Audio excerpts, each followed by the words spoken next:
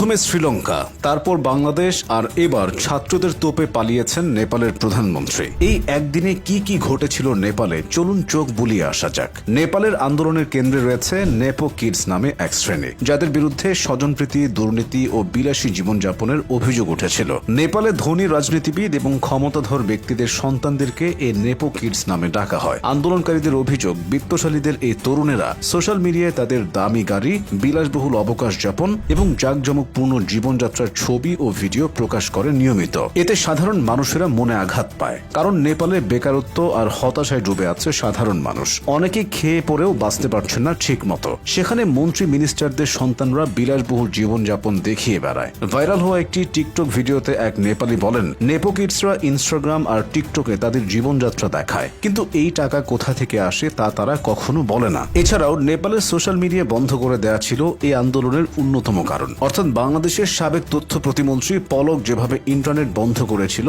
নেপালও তেমনি Facebook, Twitter, YouTube সহ বিভিন্ন সোশ্যাল মিডিয়া বন্ধ করে দিয়েছিল। তরুণ প্রজন্মের এই ক্ষোভই সরকারের ভিত নাড়িয়ে দেয়। নেপালের প্রধানমন্ত্রী পদত্যাগের আগে এই আন্দোলনে একদিনে 19 জন নিহত হন। সবশেষ পরিস্থিতি সামাল দিতে না পেরে নেপালের প্রধানমন্ত্রী পদত্যাগ করে পালিয়ে যান। 2024 সালে নেপালে 15 থেকে 24 বছর বয়সী তরুণদের মধ্যে বেকারত্বের হার ছিল 20.8%। তাই অনেকে পর্যটন শিল্প ও সোশ্যাল মিডিয়ার উপর নির্ভর করে চলত। নেপালে প্রতি বছর বহু বিদেশি পর্যটক ভ্রমণ করেন। তাদের অনেকে রাজধানী কাঠমান্ডুর থামেল এলাকায় থাকেন। এই পর্যটকদের ঘিরে নানা ধরনের ব্যবসা প্রতিষ্ঠান গড়ে উঠেছে। এলাকাটির দোকানগুলোতে একজন বিশেষ কর্মী থাকেন, যাদের কাজ ফেসবুক ও ইউটিউবে লাইভ ভিডিওর মাধ্যমে পণ্যের প্রচার করা। আর এই চাকরি করা বেশিরভাগই স্কুল ও কলেজ পড়ুয়া শিক্ষার্থী। ফেসবুক ছাড়াও ইনস্টাগ্রামের মতো জনপ্রিয় প্ল্যাটফর্মগুলোতে অনেক নেপালি ক্ষুদ্র পরিসরে ব্যবসা করেন।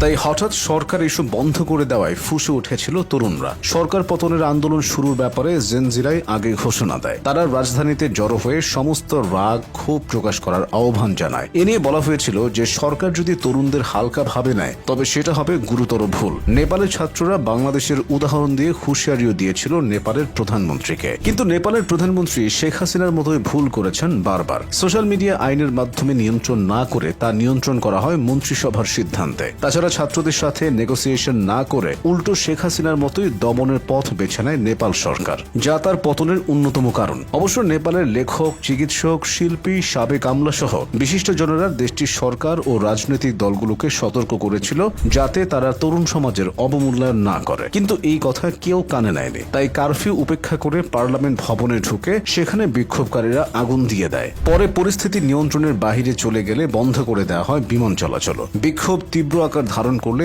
নেপালি সেনাবাহিনী হেলিকপ্টার ব্যবহার করে বাসভবন থেকে মন্ত্রীদের সরিয়ে নিতে শুরু করে। বাংলাদেশের মতোই আন্দোলনকারীরা মন্ত্রী এবং রাজনীতিবিদদের বাড়িতে অগ্নিসংযোগ ও ভাঙচুরের ঘটনা ঘটায়। অবশ্য নেপালের প্রধানমন্ত্রী পদত্যাগের আগেই আন্দোলনকারীরা ভক্তপুরের বালকোট এলাকায় প্রধানমন্ত্রীর ব্যক্তিগত বাসভবনে আগুন ধরিয়ে দেন। এভাবেই পতন হয় নেপালের প্রধানমন্ত্রীর। এই আন্দোলনকে জেনজি রেভলিউশন নাম দেন আন্দোলনকারীরা। তবে দক্ষিণ এশিয়া ঘিরে এইসব মাস্টার প্ল্যান তৈরি কারা করছে তা নিয়ে এখন বিশ্বমহলে সন্দেহ। ধারণা করা হচ্ছে এভাবেই ভিত নড়বে ভারতের নরেন্দ্র মোদীরও।